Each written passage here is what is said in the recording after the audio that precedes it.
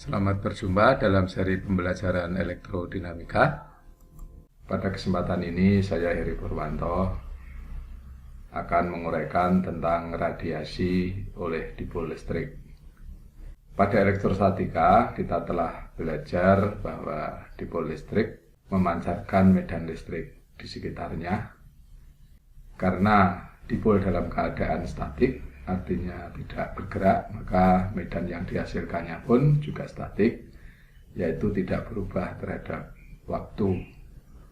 Nah, bagaimana apabila dipol itu bergetar atau berosilasi? Untuk dapat memetakan medan listrik dan medan magnetnya, maka kita perlu memetakan dulu medan potensialnya, yaitu potensial skalar dan potensial vektornya, yang akan diuraikan pada bagian pertama video ini.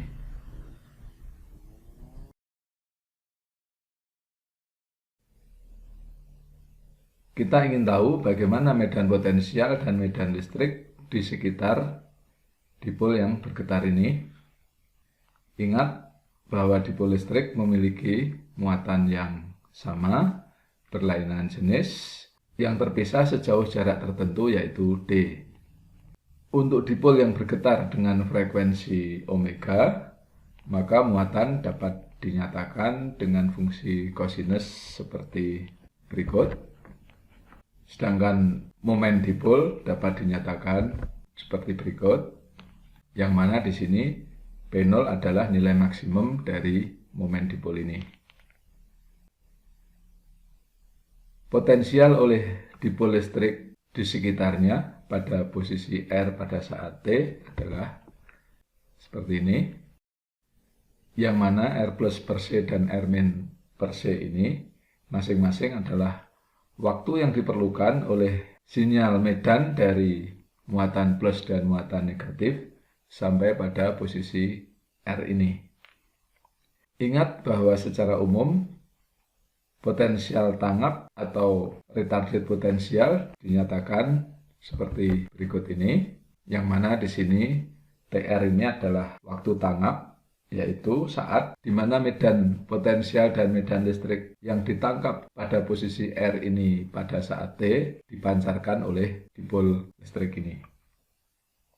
Dengan menerapkan aturan kosinus, maka jarak titik yang ditinjau pada posisi R terhadap muatan positif dan muatan negatif, yaitu R plus dan R min, dapat dinyatakan seperti berikut.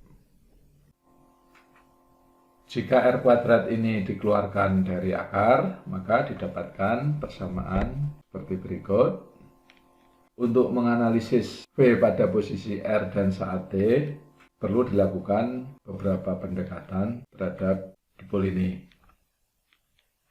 Yang pertama adalah untuk D jauh lebih kecil dari R, yang berarti ukuran dipol ini jauh lebih kecil dari jarak titik yang ditinjau ini terhadap dipol. R plus dan R minus dapat didekati dengan persamaan berikut ini, yang mana di sini D per 2R kuadrat ini sangat kecil dan dapat diabaikan terhadap D kosinus theta per R. Kita dapat menguraikan komponen akar pada persamaan ini ke dalam deret Taylor seperti ini, yang mana dalam hal ini D per R kosinus theta ini adalah sebagai X, dan A ini sama dengan 1, sedangkan N ini adalah sama dengan tengah. Sehingga dengan D per R kosinus theta ini jauh lebih kecil dari 1, didapatkan persamaan seperti ini, yang mana di sini suku ketiga dan seterusnya ini diabaikan karena sangat kecil, yaitu dalam hal ini D per R kosinus theta kuadrat pangkat 3, pangkat 4 dan seterusnya adalah jauh lebih kecil daripada D per R kosinus theta itu sendiri. Yang mana di sini ini hanya diambil suku pertama dan kedua, mengingat bahwa suku ketiga dan seterusnya ini, yaitu untuk D per R kosinus theta kuadrat pangkat 3 dan seterusnya ini jauh lebih kecil daripada D per R kosinus theta ini sendiri. Dengan logika yang sama, maka super R plus dan super R minus dapat dinyatakan seperti berikut ini. Dalam hal ini, N adalah minus setengah.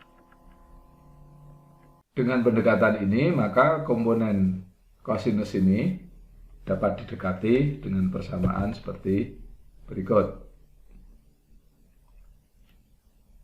Mengingat rumus sudut ganda untuk kosinus ini, maka perumusan kosinus ini dapat dinyatakan seperti berikut. Selanjutnya, kita fokus pada komponen kosinus ini. Di sini kita lakukan pendekatan kedua, yaitu D jauh lebih kecil dari C per W. Mengingat bahwa lambda sama dengan 2πj per omega, maka di sini D jauh lebih kecil dari lambda, yaitu panjang gelombang dari getaran dipol ini. Dengan pendekatan ini, omega D per C ini sangat kecil, mendekati 0, sehingga nilai kosinus ini mendekati 1, sedangkan nilai sinus ini mendekati nilai sudutnya, sehingga perumusan ini dapat disederhanakan seperti berikut. Ingat bahwa perumusan untuk potensial dan super R plus dan minus adalah seperti berikut ini.